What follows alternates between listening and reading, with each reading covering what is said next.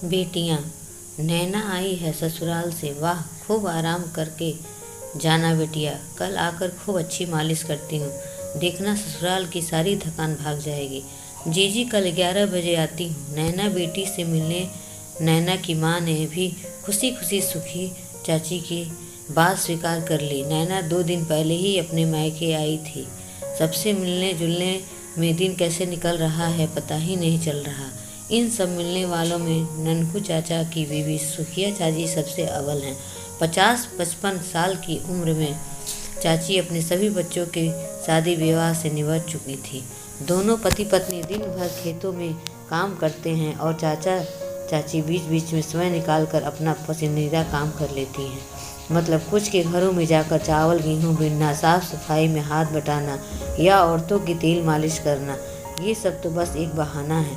असली काम तो होता है सारे जहाँ की बातें करना। गांव में किसी भी घर में पूजा पाठ, शादी विवाह, छठे छिला हो, सुखिया चाची को सबसे पहले बुलाया जाता है। यूँ कहा जाए कि वो खुद ही आ जाती हैं, क्योंकि उनका ऐसा मानना था कि अपने लोग न्योता के लिए बैठे रहेंगे। क्या भला उनके आने पर देर रहती। आते के साथ घर की मालिश किन के सिर से कामों की सारी जिम्मेदारी ले लेती। जीजी आप बस काम बता दो मुझे, मैं हूँ ना, सब संभाल लूँगी। घर की बेटी यानी नैना ने आने से उनकी खुशी देखने बन नहीं रही थी। उसे देखते उनका चेहरा खिल उठा। वो हंस हंस कर माँ से बोलने लगी, बिटिया बड़े भाग्य से आती हैं। उन्हें मायके से कुछ नहीं चाहिए, वे तो सिर्फ उनकी सलामती की दुआ मांगती हैं। तो भला क्यों ना खुश हुआ जाए। नैना जितने दिन वहाँ रही, जाड़े की खिली धूप में हर दिन 12 बजे के आसपास चाची आ जाती। अपनी बातों का पिटारा और तेल की कटोरी के साथ तेल से सने उनके हाथ नैना के हाथों और पैरों पर फिसलते हैं और जुबान फिसलती। अड़ोसी पड़ोसी, नाते रिश्तेदारों की चटपटी मसालेदार कहानियाँ, पर उनकी कहानी कहने की कला इतनी उम्दा है कि बरबस ध्यान खींचा चला जाता है।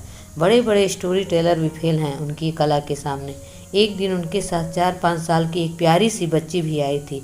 इसके पहले उनका पिटारा खुले, नैना ने ही उनसे उस बच्ची के बारे में पूछा शुरू कर दिया। चाची ये छोटी बच्ची कौन है?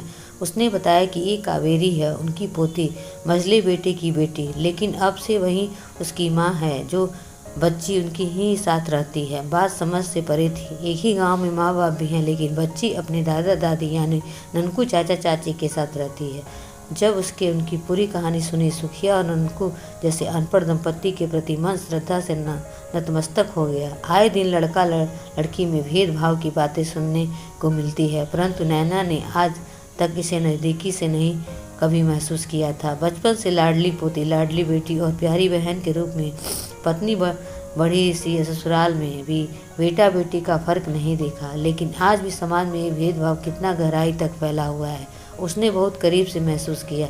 चंदन ननकू चाचा का मझला बेटा है। वो भी चाचा की तरह गांव के खेतों में काम करता है। कम उम्र में शादी और अशिक्षा के कारण अब वो 5 बेटी और 1 बेटे का बाप है। पहली 4 संतानें तो लड़कियां हुई, बुझे मन से ही उसे, लेकिन अपने बच्चों का पालन पोषण कर रहा था। 5वीं बार सबकी निगाहें टिकी थी कि भगवान इस बार रहम करे और एक पुत्र रत्न दे। ईश्वर की अद्भुत लीला, इस बार जुड़वा बच्चे हुए, 1 बेटा और 1 बेटी। बेटे का चेहरा देखते चंदन की पत्नी ने उसे सीने से लगा लिया और अभागी कावेरी से मुंह फेर लिया। चंदन और सुखिया चाची ने उससे कितना आरजू विनती की। चाची ने तो गालियाँ तक दे डाली, पर उस माँ की ममता नहीं पिघली। वो किसी भी कीमत पर बेटी को दूध नहीं पिलाना चाहती थी कि वो उसके बेटे का हिस्सा है। वो बच्ची को पालने के लिए कतई तैयार न थी। उसने उसे मरने के लिए छोड़ दिया। चंदन पत्नी के हट के आगे मौन था। तब सुखिया चाची ने आगे बढ़कर कावेरी को अपने कलेजे से लगा लिया। अभागों, तुमने भगवान के दिए बच्चे को ठुकराया है, बहुत पाप लगेगा।